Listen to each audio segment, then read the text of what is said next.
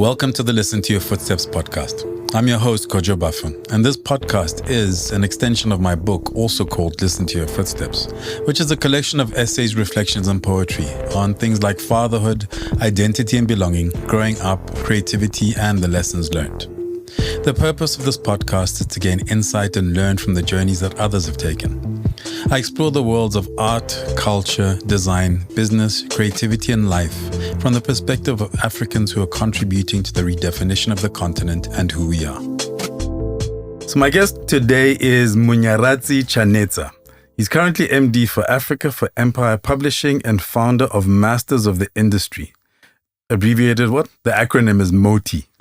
Which is a skill-sharing platform and resource that provides easy-to-understand music industry information. As you can tell, I got that from his website. Direct. Sounds very formal. Welcome. Direct. No, it's great to be here, bro. How are you? Good, and you? I'm fantastic. Where did you grow up, and what did you want to be when you grew up?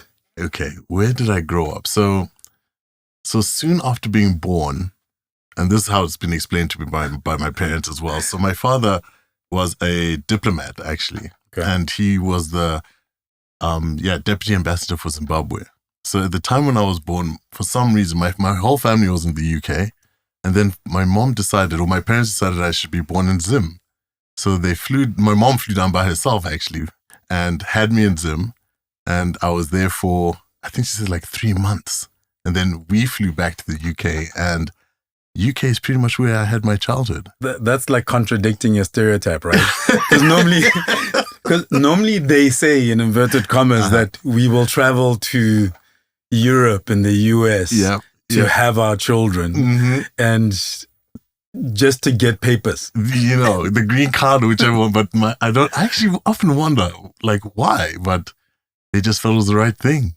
That's dope. Yeah, so fully Zimbabwean. And but soon flew to the UK. Hence why a lot of people talk about my accent and how I speak and stuff. But that's probably why. But also Africans, I mean, in general, South Africa's history is, let's say, slightly behind because of the history of apartheid. Yes, and because it took so long. So now we're starting to see, a lot more South Africans living in different parts of the world and growing that diaspora. Whereas Zim, West Africa, that's standard East procedure, Africa, how we've been doing it. Yeah. I think the stats were Zim in the UK is one of the highest. I probably it's like little Harare upstairs, most probably. But yeah. So what did you want to be when you grew up? Like if I'd met you as a, let's say, 12, 13-year-old, and you're 13. Like, okay, I'm starting to think about the future. Careers. And so I find that maybe between that 12 and let's say 16, 17 is going from just a dream to it's starting to become a bit more solid. Got you. So I want to get a sense of where you started. Like, I mean, I had the usual pilot, this, that. Yeah. But then it evolves. It does, definitely. So I know. So at one point, actually, when I was just before my teens, I'd say I was really wanting to be a vet at some point, like animals. I just had a love for dogs. And also because I guess the family business, we had a farm, or we have a farm, and there were pigs and stuff. So there was always I always just wanted to be a vet at one point. And then I don't know how it switched in my teens. And I'm very serious. At some point, I wanted to be a WWE wrestler. Like, and I was taking it so seriously. Like, I thought about what my name would be. I remember looking at my entrance music. And like, okay, what was the name? So my name at the time, I used to call myself Mazza. Okay. And actually, the word has come back. I've seen this when people say it's a Mazza when you go out, like when it's a turn up, it's become a slang now as well. But yeah, my name was Mazza, and yeah, but that was actually a dream. And I remember being on the internet and I was trying to figure out how do you even like look to apply, what schools do you go? Like I went fully in, and but then somehow that I guess you kind of like that kind of switches, and I kind of started just getting involved in just entertainment actually from there. Like in Zim, there used to be this event called Haifa, the Harare International Festival of Arts, and my mom used to take me to that actually. I think initially she used to take me, and then also we had some close family friends who were varying involved in the arts. So I used to join them quite a bit.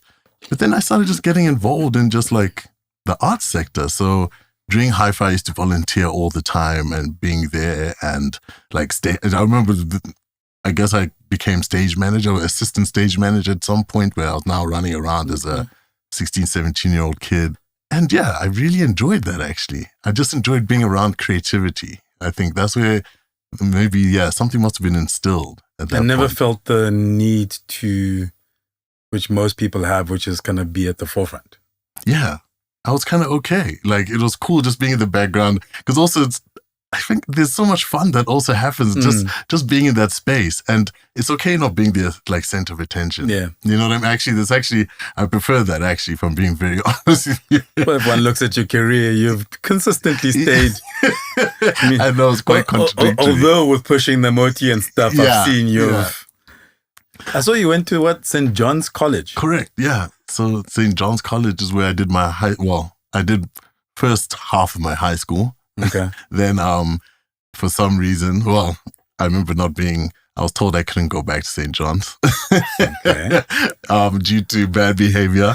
And I was framed, but it's a long story. We can get into that another time. But I ended up going to another school called Spesis College, which is in the CBD in Harare, which was also seen like, I love my time at Spesis, but it was also seen as the liberal school. Like the kids used to go there. It's co-ed as well. There was no school uniforms and stuff. And yeah, that's where I finished off my high school actually. That's where I did my A-levels. So the reason why that struck me is because I've never been to Zim. Mm-hmm. But at some stage, I was supposed to go do my A-levels at St. John's College. St. John's? Because my father had a good friend, uncle of mine, he's Zimbabwean. I mean, he's still there. Yes. And at some stage was like, Kojo should come and at least do his A-levels at St. John's. And I was a good kind of 6 months away from almost going. It's mad. And then it never happened. So like I'm always, the minute I see the name of the school, I'm just like, hey, almost. I nearly went to that school. We were going to be schoolmates. Almost there. Almost.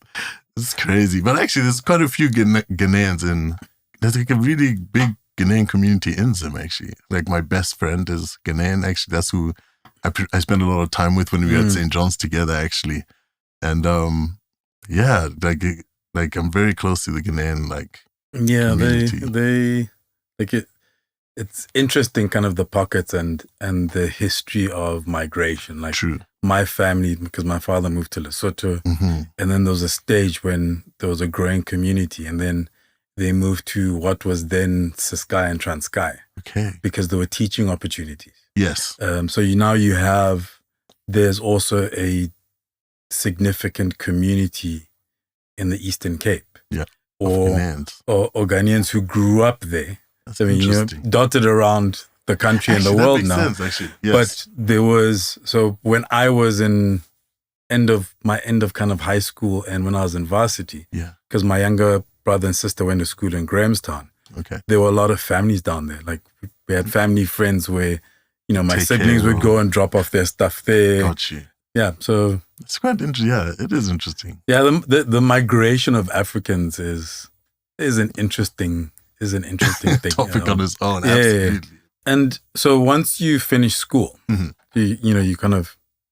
dabbling in the kind of behind the scenes of the creative world. So yeah. What was the next step? Because I saw you studied at Curtin University, which is in Australia. In Perth, yeah. Did you go to Australia? Yeah. So how did you end up? So also Australia how Australia even became a thing is because my parents studied in Australia, they had to go to Australia at some point, and that's where they actually studied in Melbourne. Okay. And my eldest brother was born in Australia.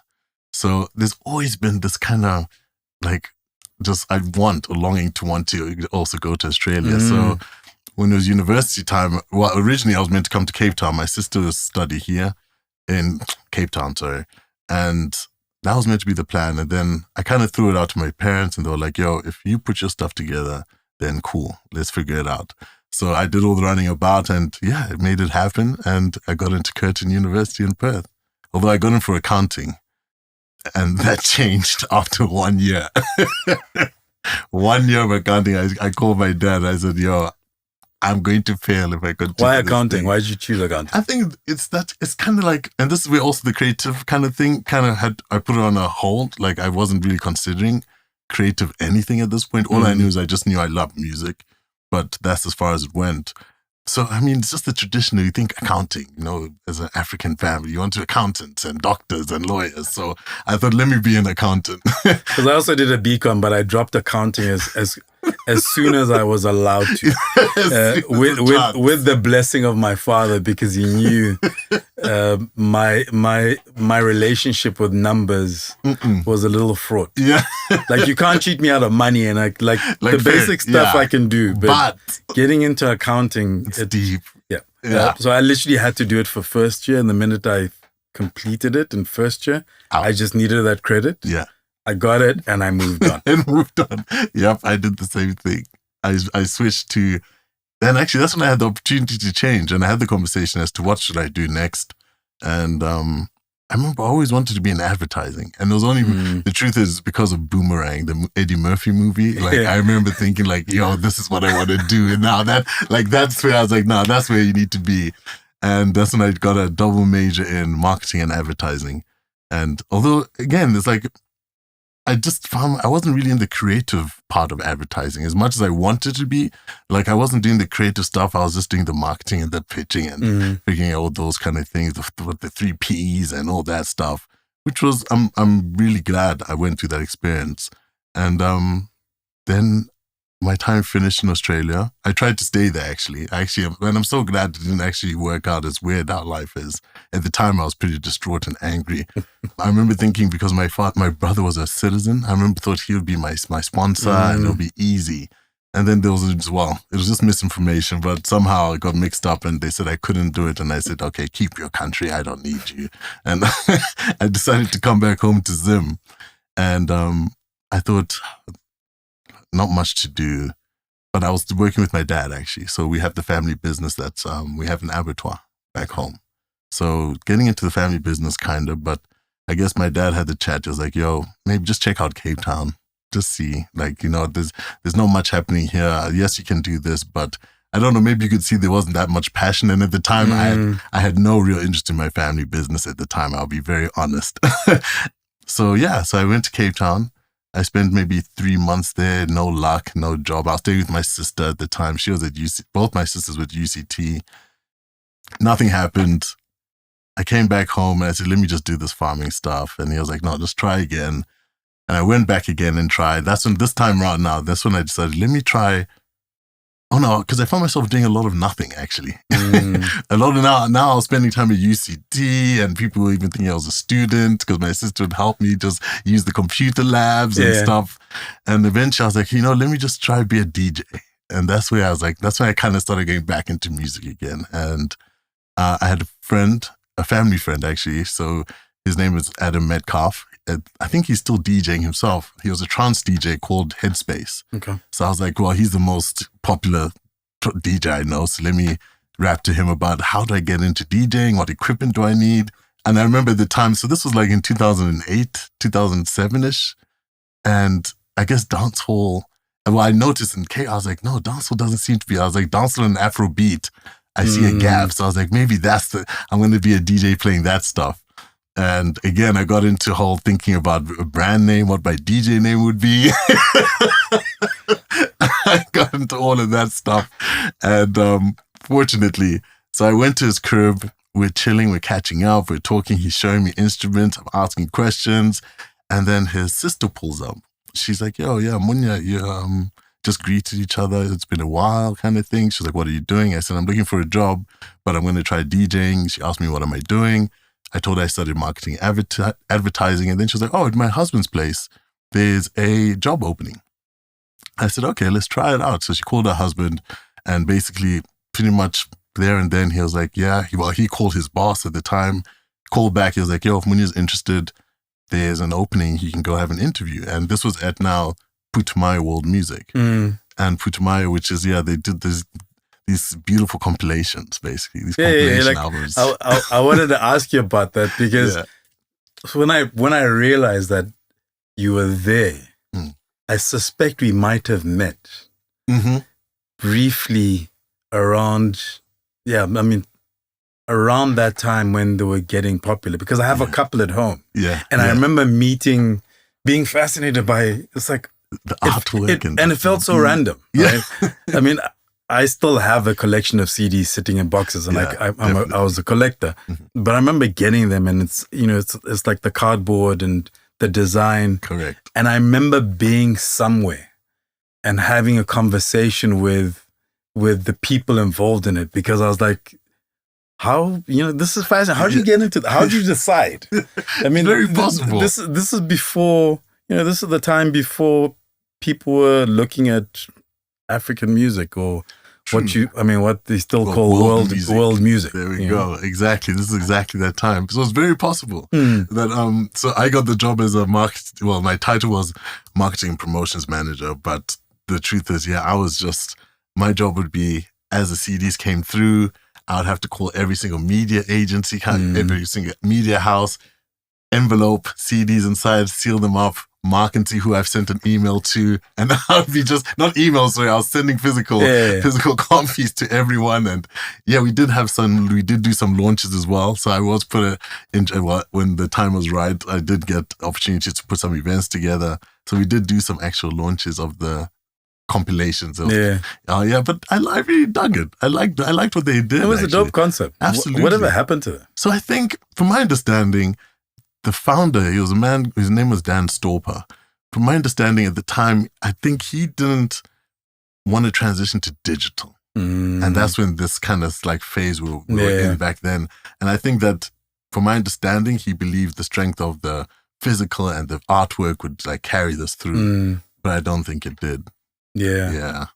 So that was it. Like so many other things. Like so many other things. You can't find it. Yeah, I mean, I'm just thinking, even just media. I mean, my line used to be, kind of music industry was ground zero for the digital disruption. Yeah. Followed by media.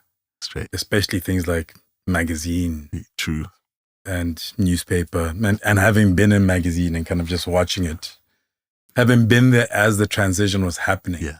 And just watching it kind of decline. Also because the people within it didn't see it. Full sight, yep. And having conversations, and on the podcast, I've had conversations with, say, former colleagues or former peers in the magazine industry. And the conversation's it's like this broken record. We saw it, or we were having the conversations, and the powers that be did not see it. They try to fight it. Yeah. Yes, and then I feel that's where we are with AI right now. It's is that phase where we're in this interesting stage where you can see changes are coming, and I feel that it's one of those things we may have to figure out how to work with this thing rather than try and shut it out, kind of thing. I mean, I've had that conversation so many times, but it's complex to a certain extent. I mean, I've been reading a couple of books, and even the people who kind of go, "Oh, this is it," and I'm kind of like, yeah, how do you know? True. There's a guy called Mo Godat. He headed up Google's moonshot division. I can't remember what it was called. Okay. And he wrote a book. He wrote a book around AI, kind of. Gotcha. Also a cautionary tale. Okay. But he goes into not just AI is going to come and do this, or AI is going to come and take jobs. But he goes into kind of the spiritual, the metaphysical, the emotional. And even with those guys, they're kind of saying, this is where we are. Yeah. But it's also about the potential, right?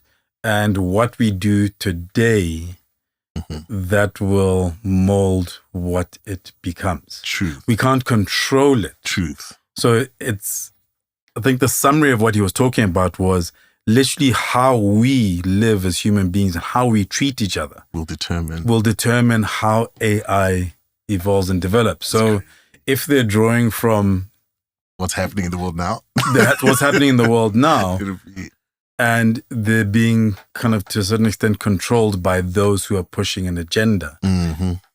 Because it's learning from the information that's out there. That is being given. Right. So if you look at Twitter, and you take what's on Twitter, and if it now interprets that as the default setting for humanity, that's how it's going to develop. We're in trouble. So he also unpacks kind of, even as individuals, how in terms of how we live our lives. Yeah. But I mean, with those things, I think sometimes it's like we simplify the conversations too much. Gotcha. And the reality is most of us, I mean, the experts disagree. So for the rest of us, it's just like I've changed my view on it. Like in the last year, I probably changed my view on it 3-4 times. Allowed? Because the more information that you get. Like, actually. Yeah. True. Yeah. Yeah, interesting. And then moving from Putumayo.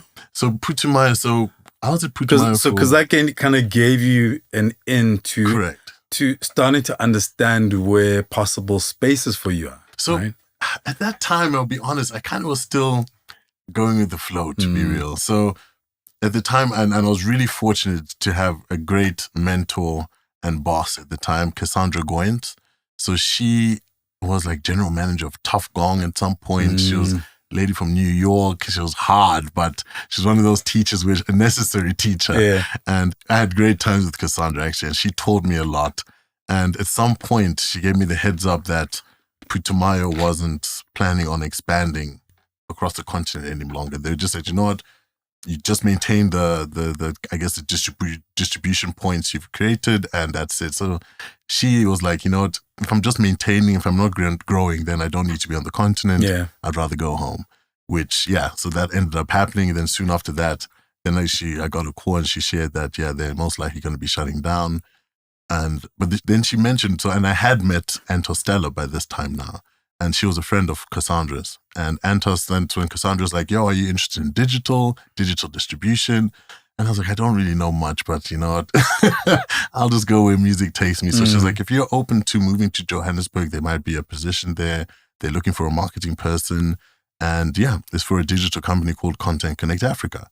And I just said, all right, cool. I'm down. Like, I'm cool. So I remember I was flown up for a meeting. We had a meeting. I can't even remember. I remember being in a boardroom or at that time, Content Connect Africa, I think it was owned by Blue Label Com. Okay. So I was in this boardroom with Blue Label and Content Connect, and it was almost like I was in a meeting. It wasn't even an interview. And then I was flown back, and that's when I said, okay, I'm down to try this out. And I literally just packed up from Cape Town. I didn't have much, but just packed my suitcase and moved to Johannesburg. And that's where Content Connect Africa started now. And that was actually, again, I was blessed to have another just really great mentor, someone who I have a relationship till today, Antos Stella. She really did take me under her wing. And if it wasn't for Content Connect Africa, I don't think I would be where I am today. I really feel that the opportunities that were afforded to me there, it was just, and also I guess the only part I did is that I volunteered and I was okay putting my hand up. So opportunities to travel the continent at the time, like, because now Content Connect Africa was expanding and traveling to Uganda to look at how do you set up a company there, and setting up a company there, and doing the same thing in Ghana and in Nigeria, and finding people to work on the ground. So all these things, just like I didn't understand it then, but these were all networks and stuff that I was developing across the continent, which was an amazing thing. Everyone who I work with back then, whether I hired at Content Connect or not, we are all in contact still together. Like, these are my people. Like, and we have great relationships. We talk often.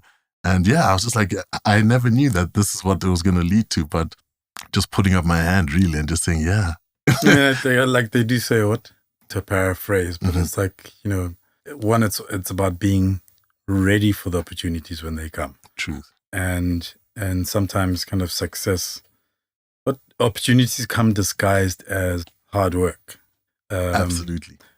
But for me, I'd add, because I believe that we are where we're supposed to be. Right? True.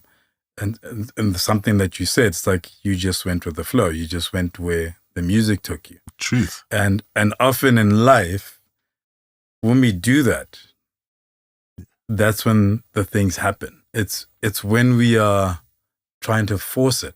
Yeah. When we're trying to force a very specific idea You can't. of what, let's say, the next step looks like. Mm-hmm. We miss all the other things. Absolutely. Because it doesn't look like, and it's what you imagine. It's like meeting a romantic partner. Like, well, one of my favorite lines is like, because I remember in high school, like when you're going to go talk to a girl and you plan the entire conversation in your head. Eesh. And then the first thing that comes out of her mouth totally throws you off. Now you're, and then you're there stuttering. And it kind of applies to that. Like, absolutely. Because you're like, okay, I want to do this kind of job. I want to work in this kind of space. You go into a space, so you hear about a job and it's like, no, but it's not that one. Yeah. And therefore, I'm not going to take this. And that's a problem. As in, even where I am now, I can't tell you I planned this. Like, I've kind of always just gone with the flow. Only at one point in my life, I tried to control things and it didn't work out. And then so I said, you know what? And I remember having this pep. I said to myself, Munya, this is not how you do things, actually. Just let it happen. Yeah. And I just let it flow again. So I'm with that completely. Like, you just have to, you can't control things. That's what they say what is it, like the joke when they say God laughs when he sees your plans and stuff, because you have no idea. And I had even till today, and even where I'm going, I have no idea, but I do trust God and music. That's two things I can really tell you I've trusted. Yeah. Yeah. How did Moti come about? So, yeah, Moti. Because now they and I do like to jump around a bit, but to a certain extent, because you've been in different places. Yes. Some stage you're even at Sony. Correct. But with Moti, you are now, like, you're revealing the secrets that have made people lots of money before. Yeah. Yeah. Very simply, right? Yeah, straight up. You because it's, I mean, depending on where you stand, but it's often felt like the, say, hunger, desperation of artists has been exploited ad nauseum. Absolutely. For decades. And I was just listening to a Jimmy Iovine interview the other day with Rick Rubin, of all people. Yeah. And Jimmy Iovine was saying, because he's now retired, and he was saying he was too hungry, which I found very interesting. So what he meant was that because he was so hungry, it drove him in a particular way, and it influenced the decisions that he made. And when you think about young artists, like, it's a drive to be in the industry and to be validated and to have opportunity. And when you're in that position and I'm in a position of power, it's very easy for me to mold it to serve my interests, not yours. Correct. So that's like, it's just been a pain point, I guess, for me in this industry. Like, and I guess actually where the real, because initially Moti, so I used to call myself man of the industry, Moti. And this was just an industry thing I used to call myself, because now, as I said, the networks I formed, I'll be getting calls from different people asking for help. Like Mr. Easy at one point was I was helping with music videos, or Dibanj and all this. So I was just like, yeah, I'm the man of the industry. And we've already established that when you're going into something, you find a name for it. Yes. That's my thing. That we've already established. Each and every time. I thought that's what I do. So then at some point, when I joined Capasso, this is where it actually all happened, where I was at Content Connect Africa. I'd been there for some time, and I guess I was kind of craving change. And I got a call from the CEO of Capasso, and he shared that there'd been an opportunity, and would I be interested in looking at heading up the licensing department. You are listening to the Listen to Your Footsteps podcast, a podcast in which I chat to Africans from a cross-section of society and sectors, including art, culture, design, business, and creativity, to name a few. I delve into their journeys, the decisions they've taken to get to where they are, how they do what they do, and everything in between. Essentially, we go wherever the conversation takes us. If you could share what Capasso is. Oh, so yeah, Capasso. So Capasso stands for, it's the Composers, Authors and Publishers Association of South Africa. They're the collection management organization who are responsible for collecting a royalty called the mechanical royalty. And they specifically work with songwriters, producers, and publishers. And their job is to basically collect that royalty and distribute that money out. So they license platforms digitally, like any Apple, Spotify, Google. They license all these platforms, TikTok. I think there's also broadcast as well. They collect all these royalties, and their job is just to collect and push out. So so that's when I had the opportunity to head up the licensing department. And at this time, I thought I understood the industry, but I'd only literally understood one half of it, like the master side, everything to do with the master and distribution and monetizing. I had no idea about copyright and publishing and all these things. And I think when I joined Capasso, which again, that was baptism of fire. I remember my first meeting being called into, we had a meeting about licensing DSTV. And even the amounts of money, which I remember being mentioned, I was like, what's happening here? This is madness. But it was just straight into it. And I was very fortunate to get the opportunity. I was sent to school. I actually there was a couple of courses online I did. There's WIPO, the World Intellectual Property Organization. You can do some online courses there. So I did courses on there. I was also given the opportunity to go to the Academy of Sound Engineering, because they did a masterclass in music business. Brilliant. I think it's still going on till today. So yeah, just doing those things and just loading myself with info. I was like, man, I've been in the industry for almost like 9 years at that time. And I was like, what chance does someone who wants to even try, what chance do they have? And I was like, there's no chance. So that's when Moti, the man of the industry, turned into master of the industry. And I guess, I just wanted people to learn and understand, because we're losing so much. It's like, it's terrible how much we're losing. And the thing is, we don't have to. It's literally just, because at one point also, I thought this publishing side was really complicated. And I know I'm not the smartest person on this planet. And I was like, at some point, just from reading and just reading, it made sense at some point. And I was like, this is actually not as hard as we make it out to be. Actually, this is actually really simple. And that's when obviously now I started saying, let me preach the good word of music business education. It had kind of started at Content Connect Africa. I used to do a lot of talking. I had a lot of talking opportunities there. So I guess it carried forward. Now when I was at Capasso, I continued talking. And then I decided, but no, one of the things I also noticed was that it's a fascinating thing when you're in these talks and you're talking to people, you see the light bulb, you see people suddenly click and understand. But it's almost as though the minute I step out, it's like I leave with the information, or I leave with something where everyone just goes back to default. It's weird. It's like the weirdest thing. So that's when I said, I think it's also, you get information and there is that light bulb moment. Yeah.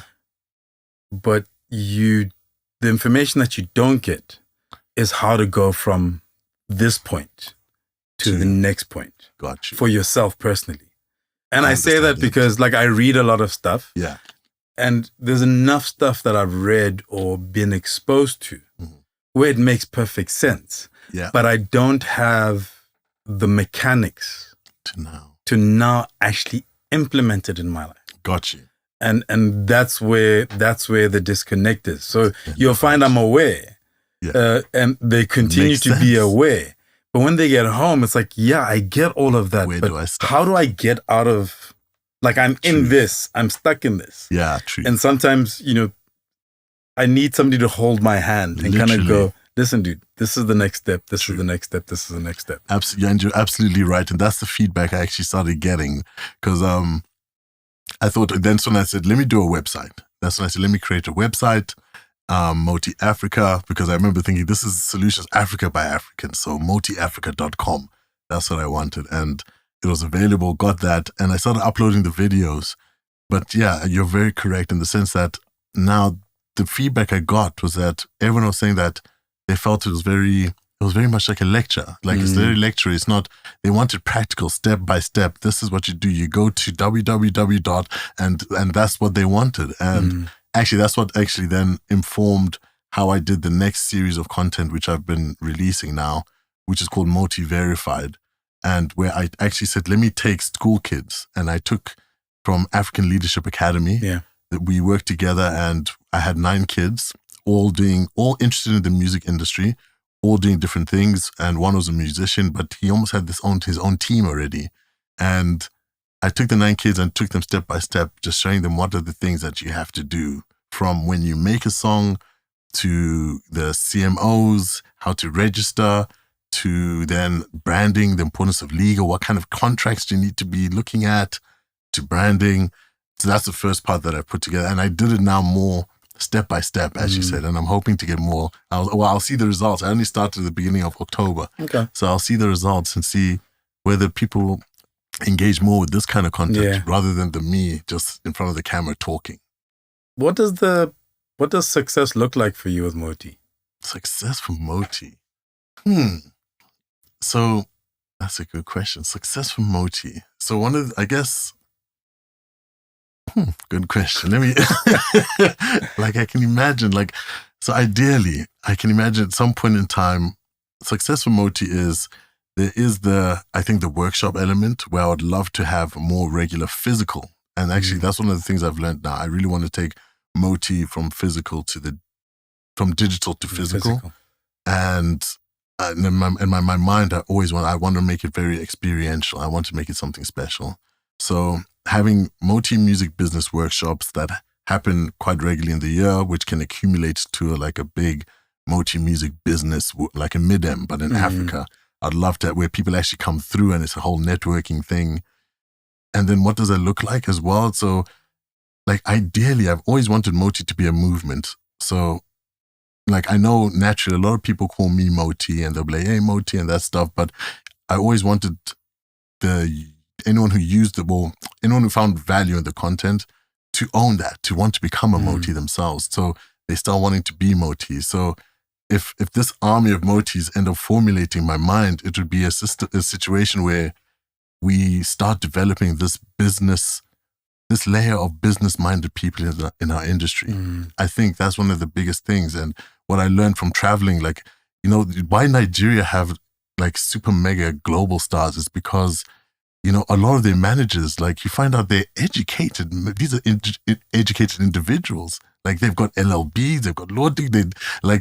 It's not just me hollering at my boy down the road because I grew up with you. And they don't understand the business. To them, the business of music is just taking calls and gigs for you, negotiating deals, which they have no idea about negotiations, and I guess parting with you kind of thing. And I guess also it's about, even if I pick, so if my boy goes, let me manage you.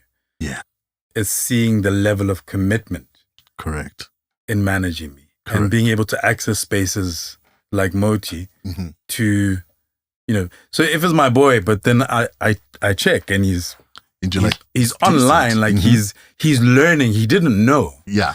But he's working his way up and he's building his knowledge base. That's it. At least there's also a space for that. Absolutely. And that's what I want. I want to encourage it.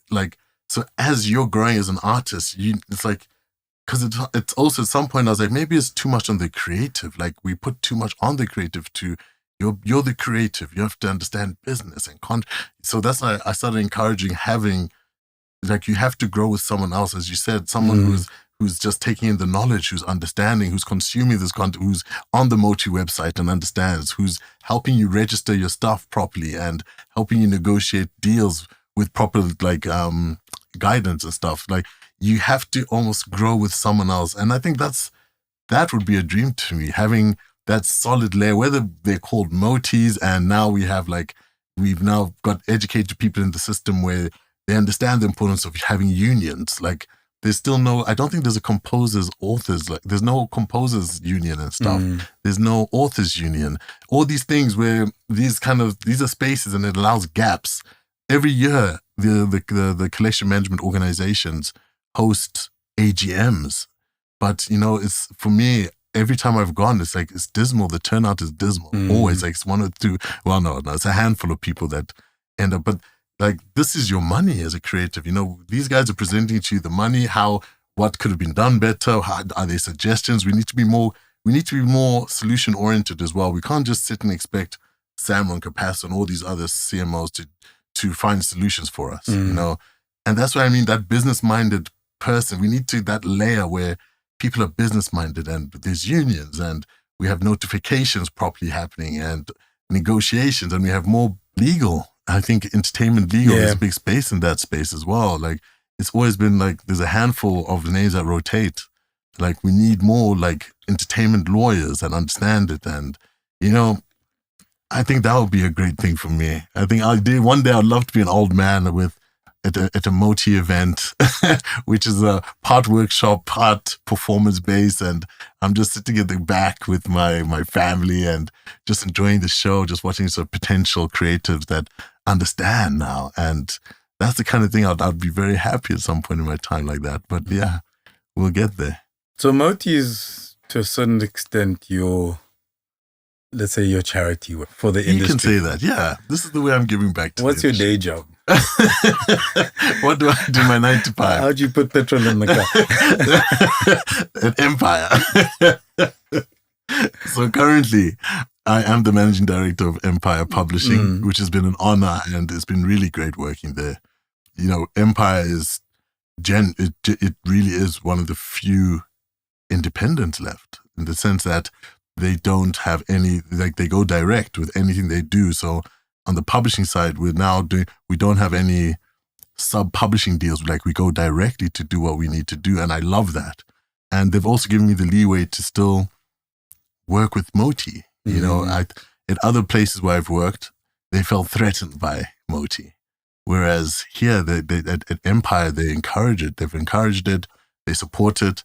And yeah, it's been a pleasure working there. They've really... And I think the thing with working as an independent, it's actually really big now, but there is still that, you know, they're still open to ideas and stuff. Like, I've got some exciting projects coming out. I think next year that we've done it at Empire, and this has just been based on just taking a chance and ideas on how do I put the spotlight on songwriters and producers more, because they are really the forgotten creators. If the artist is crying about things, whether it's the streaming money and stuff, it's like, it's much worse for the songwriters and producers. And so that's really been my thing, to show we need more success stories.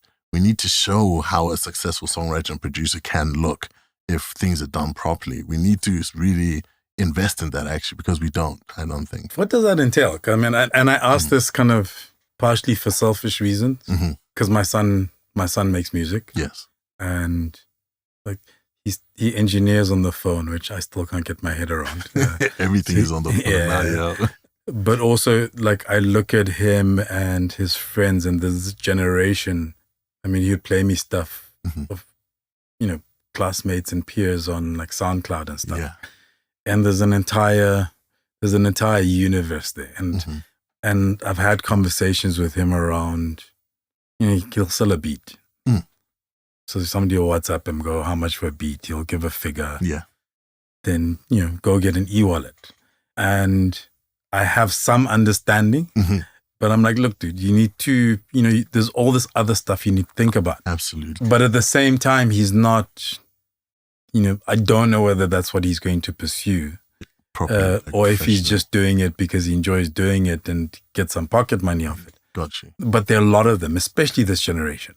Big time. There are a lot of them who are kind of out there, and it does feel like there's a need to a certain extent, guide them, or at least to show them the opportunities within that space. Absolutely. And you're absolutely right. And that's why when I did this new Moti content, I said, let me go for school kids, because that's also who people are looking at now. That's who, when some of it's like, I know it's much like sports. Like, when you start hitting 23, like, as an artist, you're considered old already. You know what I mean? Yeah. So I mean, I've been in meetings and stuff where you're looking at 14-year-olds playing music and 16-year-olds. And so that's why I was just like, you know, it's important that, actually, I wish that, like, we could have a music business as an actual, like, informal education, because like, it's like, there's so much creativity and talent. We need to balance it with, as I said, like, these business minded people, because that's why they keep on being led astray, and just you see repetition of the same things happening. But yes, we do need to paint that picture to show the narrative of what are the things that you need to do as a producer. So your son sells beats, yes, but like, even though he sold a beat, has he sold his rights to the beat as well? So, and is he a member of the collection management organizations? Because now that beat, that song should be notified with his details since he produced it, or he should be getting a percentage. And then if that song blows up and then is being played on radio and online, that there would be royalties that he would be collecting for that, you know? So these are the things that I said, like, people think it's like transactional, once off. But unless you explicitly give away your rights, you always maintain the rights to your music that you composed. So, yeah, so these are the things that we've got to teach. We have to. How do you balance that out with the actual doing the work of, you know, being MD of Empire, of an independent? Yeah. There's the education side, yes, but there's your MD of this organization. How much education comes into that? Because everything is changing so much. Absolutely. So, I mean, you know, one of the things also, and if I'm being very honest with you, when I created Moti, there was also I was getting also kind of tired of having and I'll be surprised with the different kind of artists and composers or producers I'll be talking with. These will be people who have been in the industry for years, and yet they will still confuse what publishing is. They don't even know what publishing is. Like, on this continent, actually, publishing is almost taboo. People don't, you know what I mean? It's the weirdest thing, but we kind of need to tear the roof open and just shine light on publishing and what it really is. So, I mean, what I do often find, so how I actually, when I told myself, when I created Moti, I was like, I'm going to just send people links now. If you say, what is publishing? Here's a link. Watch the video. Then when you watch, then we can talk. And that's what I started doing also with regards to sharing the content and stuff. But balancing it, I guess, it's all just intertwined. Like, I find myself educating a lot regardless. Fortunately for Moti also now I do have a little small team. There's 4 of us. So, I mean, on the weekends, I find myself working the weekends. I can't even say I do after hours really, because at Empire, you do double shift where during the day you're dealing with the continent and everyone else is awake. Then you're now following up with the US team at night sometimes. So it can be long hours. So, but yeah, you kind of just find, I don't know how to explain it. It's just like, it always ends up being intertwined in some way, shape, or form. Like, education is a big part of what I still do, even as the MD. I'm still having these conversations when I'm negotiating with people. So it's like I'm still sending out these links. So it's like, I don't know. It's just it somehow just balances itself out. But I do think having support of a few other people where I can tell them, like, listen, this is what we need to do for the week. This is what we need to put together for Moti. These are the posts that need to go out. Here are the caption ideas, and then you guys run with it. That also does help me also a lot, actually. Yeah. No, I was actually, I made a note the other day, or recently on LinkedIn, because I've operated solo for most of my life. But also recognizing, like, I've had business partners, it hasn't worked out, but just having the support of somebody kind of makes a big difference. Truth. And I was reflecting on the podcast, because now that I've had Ayob kind of supporting me since beginning of the year, it literally has changed it feels like it's changed the trajectory of the podcast. Got you. And I was just reflecting on that, because I'm always chasing, like, I always have different ideas and I try to do different kind of projects. Most of them these days for myself. Yeah. And a lot of them end up fizzling because it's just me. It's too much sometimes. Yeah. Yeah, it's a lot. Taking it on by yourself is, you share the load. It really does help a lot. So having a team, and also the right kind of team, is key. That's the thing. Yeah, you need to, I mean, you'll be blessed, and I feel I am blessed that fortunately all the people I've worked with, and I do work with, that they're passionate about this. Like the developer, the guy who develops my website, I mean, he's actually, his real job is, like, he's one of the founders of an assurance company, and I mean, but he does this on the side, but I mean, we work, and I've got there's another lady, and I've got another gentleman from Nigeria who also works and also advises on the content. So it just helps, because it's a lot. Although I don't think I would have been able to continue doing this if it hadn't been for the rest of the team. When you're not working, what do you do? Hey, trying to sleep these days. and not going to 101 clubs and parties at the same time. Because you're supposed to be out in the world because you're a whole MD. Why? Man, I lately I do appreciate being home a lot more. That's the honest truth. Being home. And also, funny enough, so I know I've been also, as I said earlier, my earlier years, I didn't care much for my family business, but I find myself getting a lot more involved in that now. Like a lot of time is spent connecting with my old man and talking about family business and what are we looking at doing? How do we grow? What are the opportunities? Those kind of talks and actually implementing stuff. So it's been great, actually. And funny enough, I never saw myself being a farmer, but I think I could now. And like now I get it. I get what my father was pushing all those years. I feel I do get it. And I think it was more, I guess it has to do with legacy a bit more as well. Like seeing, but also we're all reaching the age where if you have your parents around, is being able to connect to them in different ways. True. because the family is also progressing. Correct. Like, you're out in the world, you're working, you're doing things. And also learning your parents as an adult is different. Yeah. And there's a beauty in it. And it's something that's cropped up with quite a few of my guests so I always say, I was 45 when my father passed. Okay. So I had my father around long enough to see him as another human being. Got you. See that he was not perfect.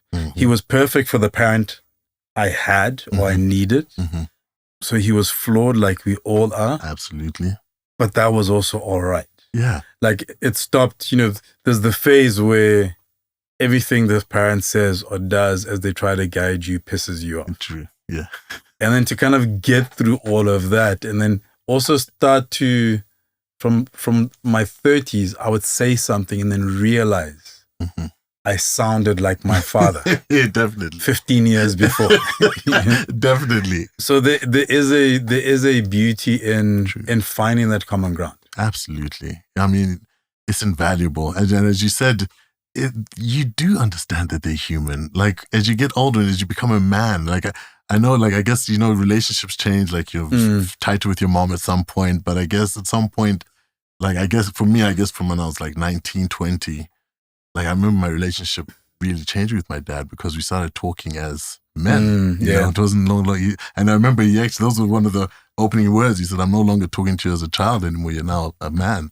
And that's when our conversation started. And as you said, you do find forgiveness. You just see that your parents are human trying to figure this stuff out. That's absolutely it. And you even wonder, how did they do it? Like they had 7 kids and sending kids to international, to Australia here, and one's in Australia, one's in South, and school fees are paid. It's mad. You just wonder how they did it. But there is that level of compassion and I guess, is it forgiveness the right word? I don't know. But it's just like... Maybe it's understanding. Understanding. Yeah, it's understanding. Also, as you understand yourself a bit more. Truth. Because those early days, you actually have no clue about yourself. At all.